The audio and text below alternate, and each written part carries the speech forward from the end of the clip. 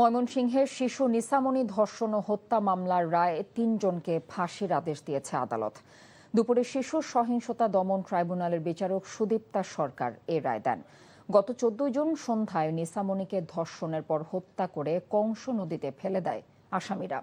এদিকে চট্টগ্রামের সীতাকুণ্ডে আলোচিত শিশু ইরামণি হত্যা মামলায় প্রতিবেশী বাবুল শেখকে মৃত্যুদণ্ড এবং ২.৫ লাখ টাকা জরিমানা করেছে আদালত। গত ১ মার্চ ইরাকে বাড়ি থেকে বোটানিক্যাল গার্ডেনে নিয়ে হত্যা করে শেখ বাবুল। অন্যদিকে জামালপুরে যৌতুকের দাবিতে স্ত্রীকে গলা টিপে হত্যা মামলায় ১৩ বছর পর স্বামীকে মৃত্যুদণ্ড ৫ লাখ টাকা অর্থদণ্ড দিয়েছে আদালত। এছাড়া সিরাজগঞ্জে ১৬ বছর আগে এক ফার্মেসি মালিককে হত্যার দায়ে ৭ যুবককে এবং মেহেরপুরে প্রাক্তন শাশুড়িকে পুড়িয়ে হত্যার অভিযোগে ১০ বছর পর জামাইকে যাবজ্জীবন কারাদণ্ড দিয়েছে আদালত।